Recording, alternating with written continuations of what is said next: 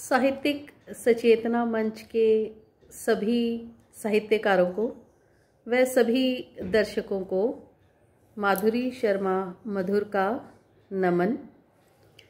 तो आज तीसरी नवरात्रि है और तीसरे नवरात्रि पे माँ चंद्रघंटा का दिन है और माँ चंद्रघंटा जो कि क्रोध को शांत करने वाली माँ है, उस माँ की कृपा आप सभी पर बनी रहे।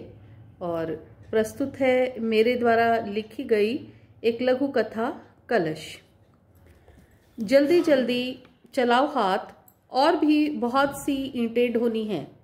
ईंटों के भट्ठे के ठेकेदार केशव ने काम करने वाले मजदूरों से कहा। इतने में ठेकेदार ने देखा कि एक छोटा सा बच्चा जो केवल 10 या 12 वर्ष का होगा, वो भी ईंटें ढोने के काम में लगा हुआ है। मानवता के नाते केशव ने उससे कहा, बेटा अभी तो तुम्हारी उम्र स्कूल जाने की है और तुम यहाँ पर ईंट के भट्टे पर क्या कर रहे हो।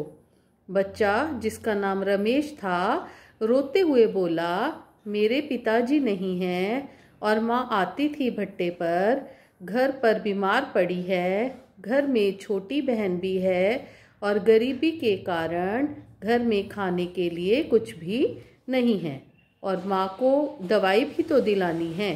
केशव को याद आया कि उसकी पत्नी ने आज नवरात्रि के लिए कलश स्थापना करने के लिए सामान मंगाया था।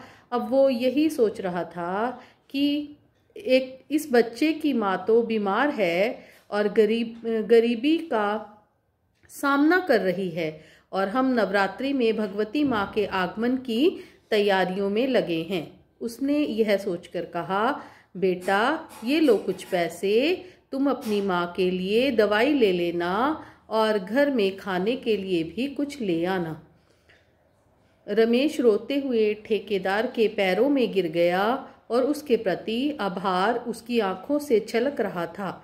ठेकेदार ने उसे प्रेम पूर्वक उठाते हुए कहा, बेटे आज मैं तुम्हारी मदद ना करता तो सारे संसार का उद्धार करने वाली भगवती माँ तो नाराज हो ही जाती और उसकी कृपा से भी हम वंचित रह जाते। करने वाली तो वो माँ है जिसका आभार व्यक्त करो, मैं तो केवल साधन मात्र हूँ। रमेश ने खुश होकर भगवती माँ का जय जयकार लगाया और अपने घर की ओर चल पड़ा। ठेकेदार भी आज अपने घर पर मानवता और प्रेम रूपी कलश की स्थापना कर बहुत ही खुश था। तो ये थी लघु कथा कलश, जो कि हमें मानवता और प्रेम की शिक्षा देती है। तो आप सभी साहित्यिक सचेतना मंच के YouTube चैनल को लाइक कीजिए, शेयर कीजिए, सब्सक्राइब कीजिए। धन्यवाद।